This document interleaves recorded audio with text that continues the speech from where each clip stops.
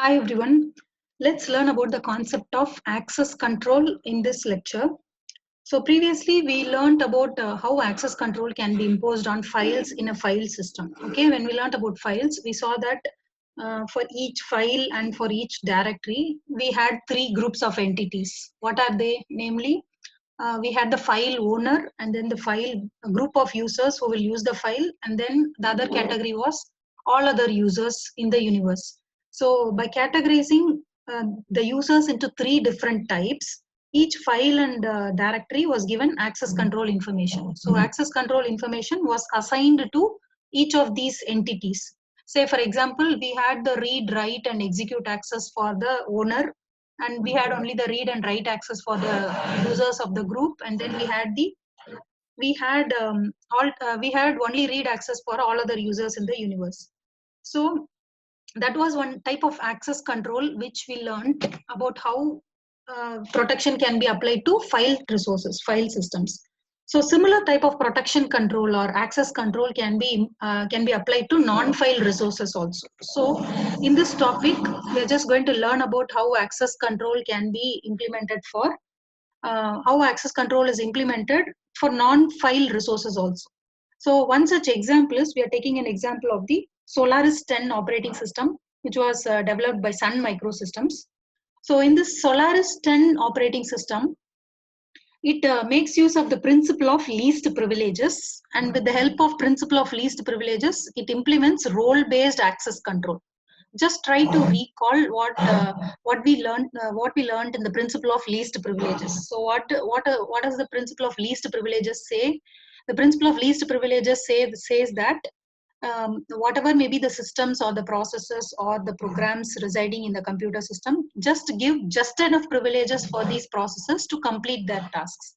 The program or the processes should be given only just enough privileges to complete their task. That is the principle of least privilege.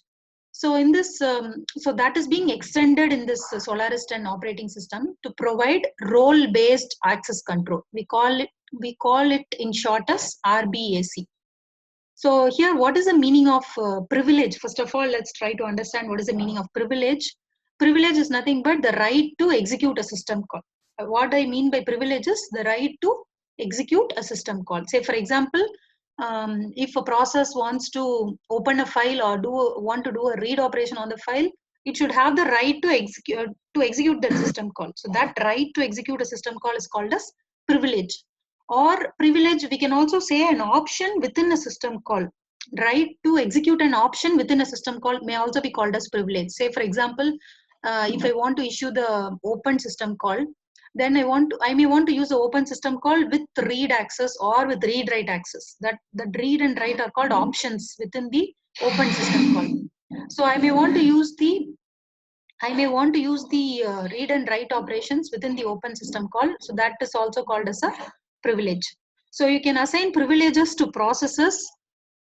So how are we going to assign privileges to processes? There are two ways by which we can make use of this privilege concept.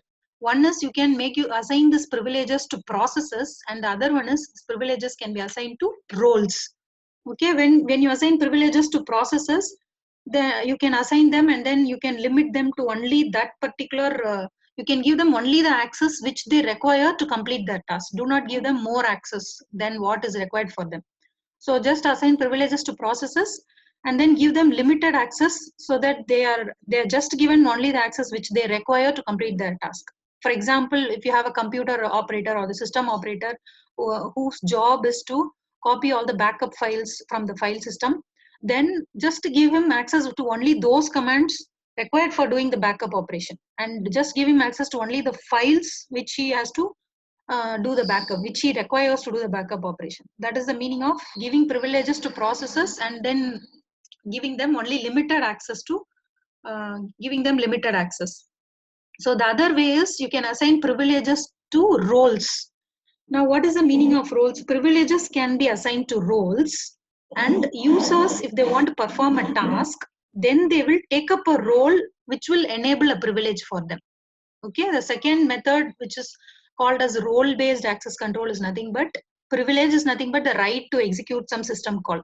Okay, so you assign these privileges to roles, And if a user or a process wants some privilege to execute a task, he will take up the role. How will he take up the role? He may have to specify the password for the role.